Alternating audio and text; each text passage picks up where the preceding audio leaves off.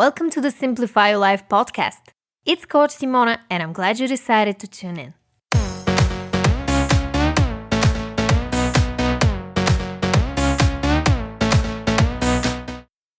Hey everyone!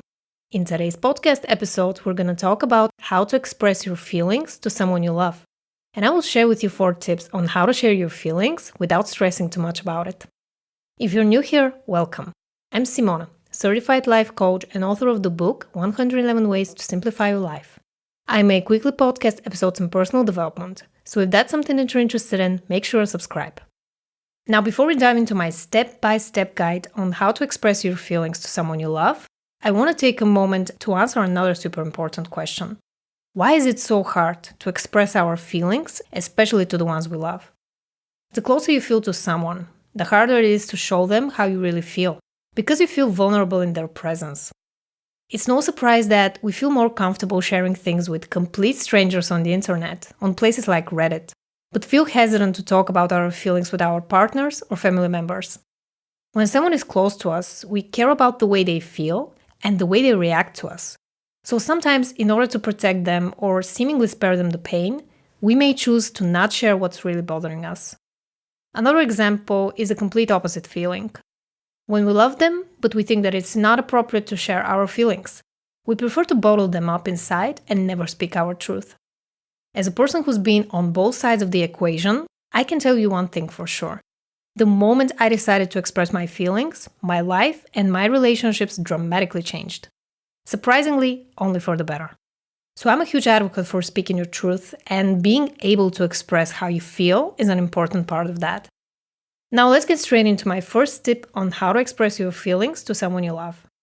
Pick the right time and place. Honestly, this sounds ridiculously simple, but many of us choose a completely inappropriate moment to share how we feel. And this may alienate the person or at least catch them by surprise.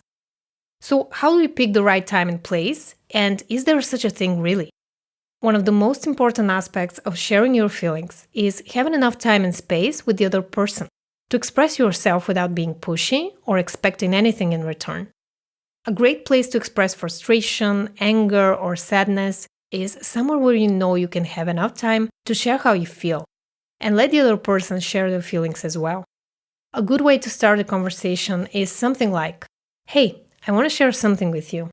Is now a good time to talk?" Let them know that you need their undivided attention to share something that's important to you. But at the same time, give them the opportunity to say no and respect their boundaries if now is not a good time.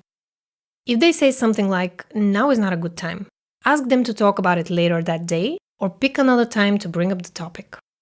It's important to watch their body language to determine whether or not they will be likely to sit down with you and have that conversation. Here's an example from my personal experience.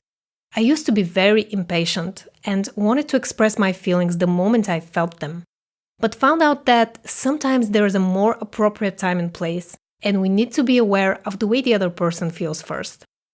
If you want to express that you feel hurt by something your partner did, for example, don't do it after they just had a hard day at work, and you can definitely see that they're agitated. Give them the time and space to decompress and bring up the issue when you see that they would be more receptive to what you want to say. Another example. Let's say you want to express your love to someone who just broke up with their partner. You've been friends for a while, but you also have feelings for them. You see where I'm going with this? Always do a reality check before saying or doing something that you will regret later. Pause, take a few deep breaths, and assess the situation objectively before bringing it up. If you're not used to expressing your feelings due to self-esteem issues or people-pleasing, watch my video on how to build self-confidence at youtube.com/coachsimona. My second tip on how to express feelings to someone you love is to use statements starting with I. Here's what I mean by this. Many times when we share our feelings, especially anger, frustration, or sadness, we tend to shift the blame to the other person. By starting your sentences with "you made me feel like" or "you are," it will feel more like an accusation, not a conversation. What you can do instead is to start your sentences with "I feel" or "I've been going through something lately." When you start your sentences with I, you're not only sharing your feelings in a constructive way, but you're also respecting their boundaries by not putting them on the defense. The same principle applies when you express your love for someone. You can share with them what makes you feel the way you feel about them. You can share with them how you are impacted by their presence, what you love about them, and what makes them so special for you. You can also express your love with a small gesture, something handmade or something that you know they would find meaningful. Show them that you care and you're grateful to be a part of their life. Tip number 3 is to not expect or push them to react in a certain way. When you express your feelings to someone, it can be tempting to expect a certain reaction out of them. After all, you've just poured your heart out to them, so why are they not responding, right? Expressing your feelings in an honest and constructive way is part of any healthy relationship.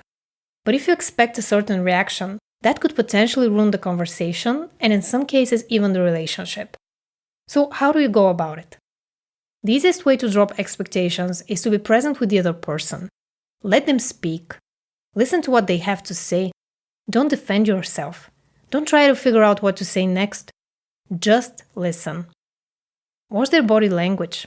The way they express their feelings? Are their hands closed? What is their posture? Are they leaning towards you or trying to move away from you? How does their voice sound like? What are the micro expressions in their faces? If you're interested in learning more about body language, there's a wonderful book that I recommend.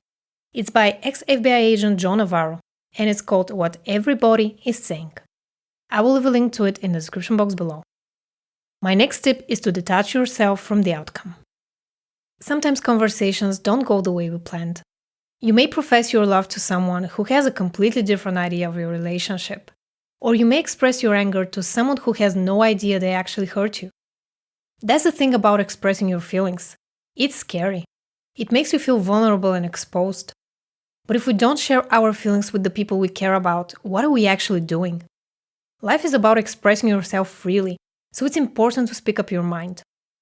Now, as far as detaching yourself from the outcome, it's all about being mindful of the situation without having any expectations towards the other person. Let's examine 2 possible outcomes that you may not like: criticism or rejection, and how to handle both of them in a graceful and healthy way. Handling criticism in a healthy way means letting the other person express their opinion or feelings without taking anything personally. We all have a different lens through which we see the world, and if you've shared your feelings with someone and that triggered them in some way, it's completely normal for them to express a negative reaction. Now, how do you handle rejection in a healthy way? I'm not gonna lie. If you express your love to someone who doesn't feel the same way about you, it can really hurt. But again, try to detach yourself from the situation and put yourself in their shoes. Although it may be painful to see their point of view, when you think about it, it's better to be with someone who reciprocates to your feelings and feels lucky to have you. Bottom line is, you may not get the reaction you hoped for, but the important thing is you were brave enough to express your feelings and show up as your most authentic self. That's one of the many things I teach in my signature online program for women. Enrollment starts in a few months, so make sure to sign up for the waitlist at coachsimona.com/waitlist. Thank you so much for listening. If you found this episode helpful, please like it and subscribe to my channel if you don't want to miss out on my weekly podcast episodes. I'm sending you all my love, and I'll talk to you in the next one.